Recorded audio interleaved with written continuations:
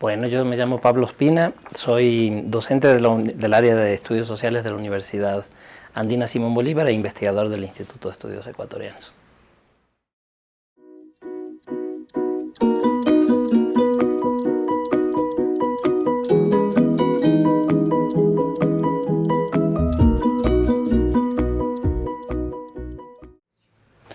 Bueno, lo que yo creo es que la política agraria nunca estuvo en el centro de las preocupaciones del gobierno.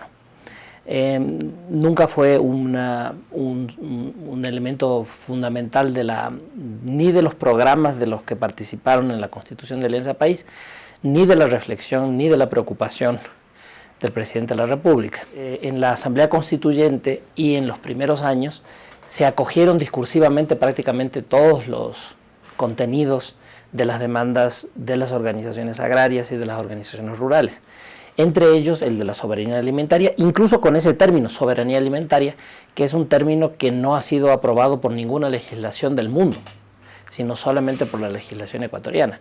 En todo el resto de países del mundo se habla de seguridad alimentaria. Entonces,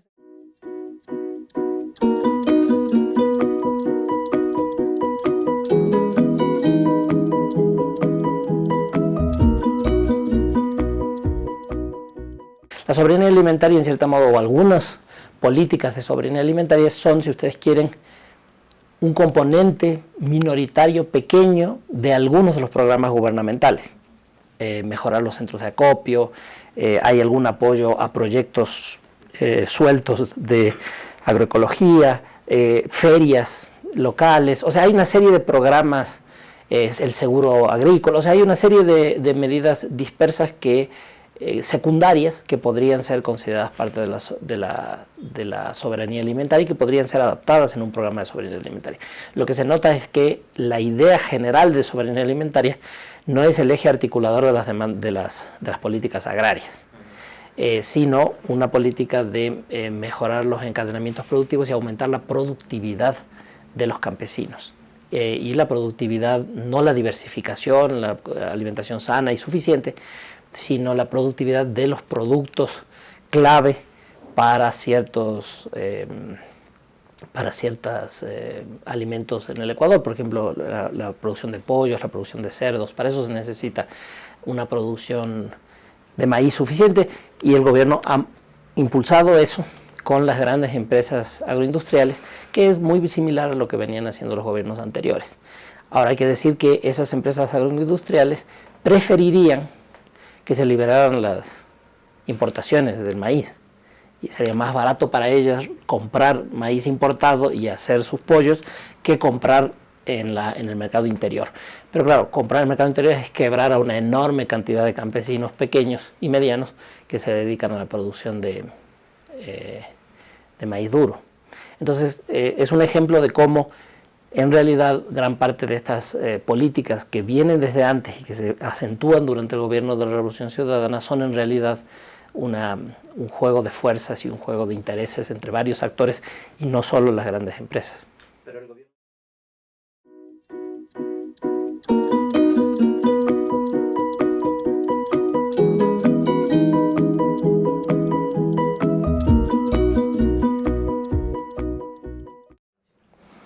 Bueno, lo que pasa es que depende de qué digan esas leyes para ver si le paga o no paga la deuda agraria, y depende de qué entienda por la deuda agraria. Hay que empezar diciendo que viene diciendo que tiene una deuda agraria desde el año 2009. Es la primera vez que empezó a decir que estaban atrasados en eso y siguen atrasados. Es decir, que no ha habido ningún correctivo importante respecto a la política agraria, a pesar de que la reconocen como un problema desde hace, como digo, por lo menos 6 años, en un gobierno de 8. Si uno ve el contenido de la ley de aguas, la deuda agraria estaría ligada a la promesa de redistribución de aguas que está en la Constitución y que incluye la auditoría de las concesiones de agua y la reversión de esas concesiones al Estado para redistribuir el agua. La concentración del agua es en algunos casos peor que la concentración de tierras. Por lo tanto, lo que uno esperaría como la deuda agraria en el caso de la ley de agua sería la redistribución y la reversión de la privatización fraudulenta de las aguas en el Ecuador en los últimos 30 años. Y eso no hace la ley de recursos hídricos. Claramente eso no hace, y de hecho todavía está pendiente la famosa auditoría. No hay tal auditoría de las concesiones, no se ha acometido de ninguna manera conocida el tema de la redistribución del agua. Sí, lo mismo aparece en todos los proyectos de la ley de tierras, porque si la ley de tierras se entiende como un mecanismo para redistribuir las tierras, entonces es una ley que no va a lograr eso. De hecho, como lo ha dicho su principal impulsor, que es Miguel Carvajal, el objetivo de la ley de tierras no es redistribuir, sino aumentar la productividad. Y entonces, por lo tanto, si es una ley que no va a preocuparse por la redistribución de tierras, tampoco va a pagar la deuda agraria. Se entienden todas esas cosas. Yo creo que el gobierno claramente no entiende la deuda agraria en esos términos. Entiende la deuda agraria como dar más subsidios para ciertos programas con el objetivo de aumentar la productividad en los productos clave que tienen mayor demanda.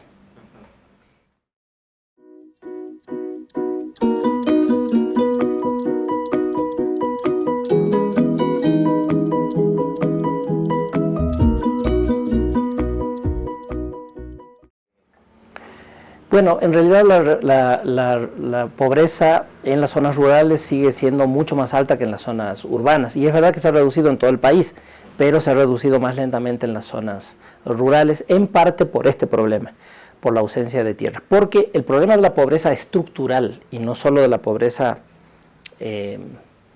coyuntural, es no solo la distribución de ingresos, que es como se mide en las encuestas de condiciones de vida, la pobreza y la distribución de ingresos, sino la distribución de los activos productivos. Esto es la tierra, el agua, las empresas, las fábricas, las acciones, las industrias. Entonces, la concentración del capital. Y en eso el gobierno prácticamente no ha hecho nada. La concentración de capital en los últimos años ha aumentado. Eso lo muestran todos los indicadores existentes, todos los estudios que hay sobre las grandes empresas o sobre los cobros de impuestos, en fin, sobre los grupos económicos. Todo eso está mucho más concentrado ahora que hace 8 años. Entonces hay razones estructurales que llevan a esa reducción, independientemente de las políticas públicas. El gobierno hubiera podido acelerar mucho más esa tendencia con políticas redistributivas como la de las tierras o la de las aguas.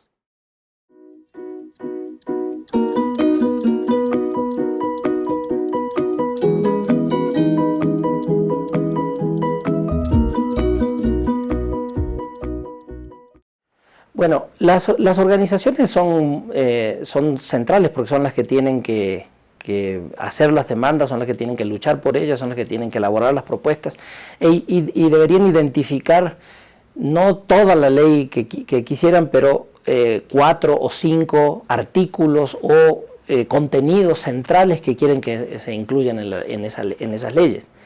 Lamentablemente las organizaciones rurales están divididas en estos temas. Aunque todas tienen un discurso similar, muchas de ellas temen perder proyectos, perder inversiones públicas, perder el apoyo gubernamental, y entonces prefieren no pronunciarse sobre alguna de estas cosas.